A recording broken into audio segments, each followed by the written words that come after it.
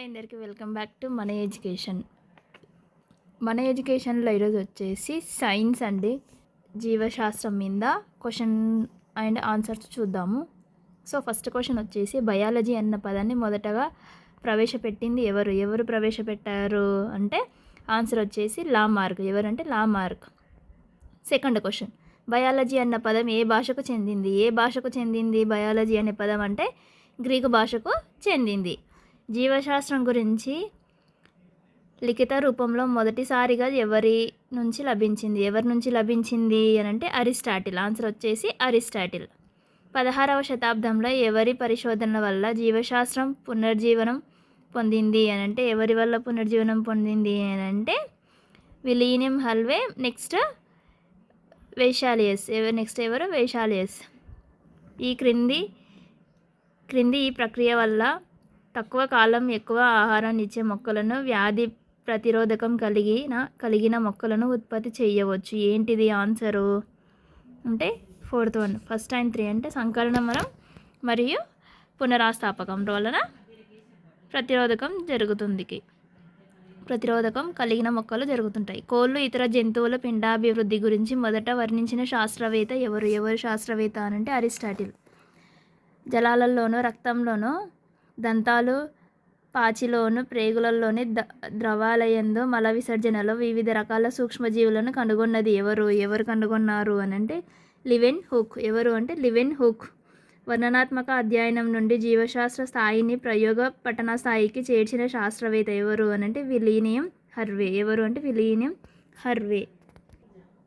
వర్ణనాత్మక అధ్యయనం నుండి జీవశాస్త్ర స్థాయిని ప్రయోగ పఠన స్థాయిలోకి చేర్చిన శాస్త్రవేత్త ఎవరు అని అంటే విలియం హర్వే. పట్టుపురుగుల గుడ్లను సూక్ష్మజీవుల్లో పాడు చేస్తాయని కనుగొని వాటిని నిర్మూలించే పద్ధతిని కనిపెట్టింది ఎవరు కనిపెట్టారు అంటే లూయి ఫ్యాక్చర్. ఎవరంటే లూయిస్ ఫ్యాక్చర్. 10th క్వశ్చన్, రాస్ మలేరియాపై పరిశోధన చేసిన ప్రదేశం ఏది? ఏ ప్రదేశం అంటే హైదరాబాద్. వాట్సన్ మరియు క్రిక్కులు ఈ క్రింది ఏ శాస్త్రవేత్తలతో పాటుగా నోబెల్ బహుమతిని పొందారు? ఏ శాస్త్రవేత్త అని అంటే విలియమ్సన్. ఎవరంటే విలియమ్సన్. 12th క్వశ్చన్, సుబ్బారావు గారి శతదినోత్సవ సంవత్సరం ఎప్పుడయ్యింది అని అంటే 1995. మన దేశంలోని ఆర్నథాలజీలో అగ్రగణ్యుడు ఎవరు అని అంటే సలీం ఆలీ. ఎవరు అంటే సలీం ఆలీ. ఎంఎస్ స్వామినాథన్ ఉత్పత్తి చేసిన సంకరణ రకాలు ఏవి? సంకరణ రకాలు అని అంటే గోధుమ వరి. ఏది అంటే గోధుమ మరియు వరి. మన దేశంలో హరిత విప్లవ పితామహుడిగా వీరిని పరిగణిస్తారు. ఎవరిని పరిగణిస్తారు అని అంటే ఎంఎస్ స్వామినాథన్. 1968లో నోబెల్ బహుమతి పొందిన వ్యక్తి ఈ క్రింది వారిలో ఎవరు అని అంటే ఆన్సర్ వచ్చేసి హరగోవింద కరోనా. ఎవరు అని అంటే హరగోవింద కరోనా. 17 వివృత బీజాలకు సంబంధించిన వృక్ష శిలాజాలను కనుగొన్నది ఎవరు అని అంటే బీర్బల్ సాహ్య.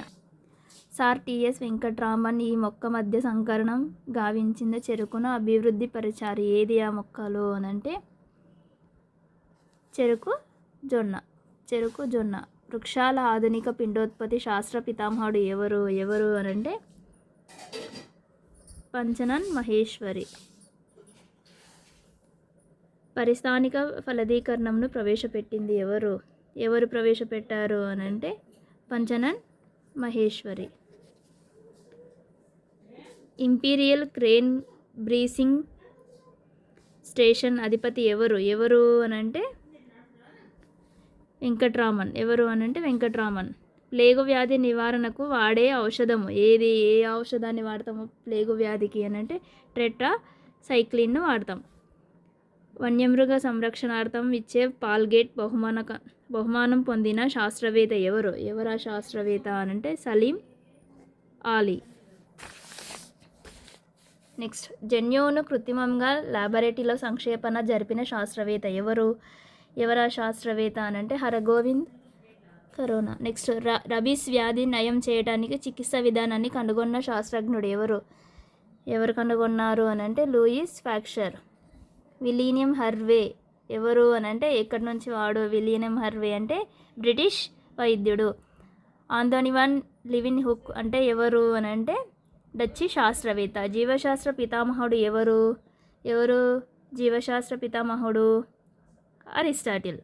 అణుజీవ శాస్త్రానికి పునాది వేసిన వారు ఎవరు అని అంటే Watson Crick. National institute of virology గల ప్రాంతం ఏది? ఆ ప్రాంతము అంటే పూణే. ఆన్సర్ వచ్చేసి ఫస్ట్ వన్. హైదరాబాద్లో గల పరిశోధన సంస్థ ఏ పరిశోధన సంస్థ ఉంది హైదరాబాద్లో అని అంటే నేషనల్ ఇన్స్టిట్యూట్ ఆఫ్ న్యూట్రిషన్ సంస్థ ఉంటుంది. న్యూట్రిషన్కి సంబంధించింది ఉంటుంది. సముద్ర జీవులపై శాస్త్రీయ పరిశోధన జరిపిన సంస్థ ఏది జరిపారు? ఎన్ఐఓలు జరిపారు. చెరుకు వంగడాలపై పరిశోధన జరిపిన ఐఐఎస్ఆర్ ఎక్కడ కలదు ఐఐఎస్ఆర్ అని అంటే లక్నోలో కలదు. సిసిఎంబి అనగానేమి? సిసిఎంబి అనగానంటే central of cellular and molecular biology. Very very important ఇది సిసిది. నెక్స్ట్, పత్తిలో హైబ్రిడ్ రకాలను అభివృద్ధి చేసే సంస్థ గల ప్రాంతం ఏది? ఆ ప్రాంతము అని అంటే నాగాపూర్. అనువంశికతను సంబంధిత జీవశాస్త్రం ఏది అని అంటే ఆ జీవశాస్త్రము అని అంటే జన్యు శాస్త్రం. వైరస్, బ్యాక్టీరియా వంటి ఏకకణ జీవుల గురించిన శాస్త్రం ఏ శాస్త్రం అది అని అంటే సూక్ష్మజీవ శాస్త్రం. జీవులలో గుడ్డు దశ నుండి ప్రౌఢ దశ వరకు జరిగే పెరుగుదల అభివృద్ధి గురించి తెలిపే శాస్త్రం ఏది? ఆ శాస్త్రం అని అంటే పిండోత్పత్తి శాస్త్రం. చేపలు, పీతలు, రొయ్యల, ఆయిస్టర్ల సంవర్ధనం దీని కిందికి వస్తాయి. దాని కిందికి వస్తాయి అని అంటే ఆక్వాకల్చర్ కిందికి వస్తాయి. కణ నిర్మాణానికి సంబంధించిన అధ్యయన శాస్త్ర ఏది ఆ శాస్త్రం అని అంటే కణజీవ శాస్త్రమా కణశాస్త్రం? ఆన్సర్ వచ్చేసి కణశాస్త్రం. జన్యుశాస్త్రం అనే పదానికి ప్రతిపాదించిన శాస్త్రవేత్త ఎవరు ఆయన అంటే బెట్సన్. ఎవరంటే బెట్సన్. అందయుగం అని ఏ శతాబ్దంను అనేవారు అందయుగం అని? 15వ శతాబ్దం. అచ్చు యంత్రం కనుగొన్న శాస్త్రవేత్త ఎవరు కనుగొన్నారు? John Gutenberg. గుండె పనిచేయటానికి రక్త ప్రసరణ ముఖ్యమని తేల్చింది ఎవరు తేల్చి చెప్పారంటే విలియం హర్వే. జగదీష్ చంద్రబోస్ కనుగొన్న మొక్కల పెరుగుదల గుర్తించే పరికరం పేరు ఏది అని అంటే క్రెస్కోగ్రాఫ్. నోబెల్ బహుమతి గ్రహీత నోబెల్ బహుమతి గ్రహీత అంటే సార్ సివి రామన్. పెన్సిల్ని కనుగొన్న శాస్త్రవేత్త ఎవరు కనుగొన్నారు పెన్సిల్ని అంటే అలెగ్జాండర్ ఫ్లెమింగ్. అణుశక్తి గురించి కృషి చేసిన శాస్త్రవేత్త ఎవరు అని అంటే హెచ్జే బాబా. భారతదేశంలో రాకెట్ స్థావరణాల కొరకు కృషి చేసిన శాస్త్రజ్ఞుడు ఎవరు అని అంటే విక్రమ్ సారాభాయ్. వీడియో నచ్చినట్లయితే లైక్ చేయండి, షేర్ చేయండి, సబ్స్క్రైబ్ చేసుకోండి. Thank you all.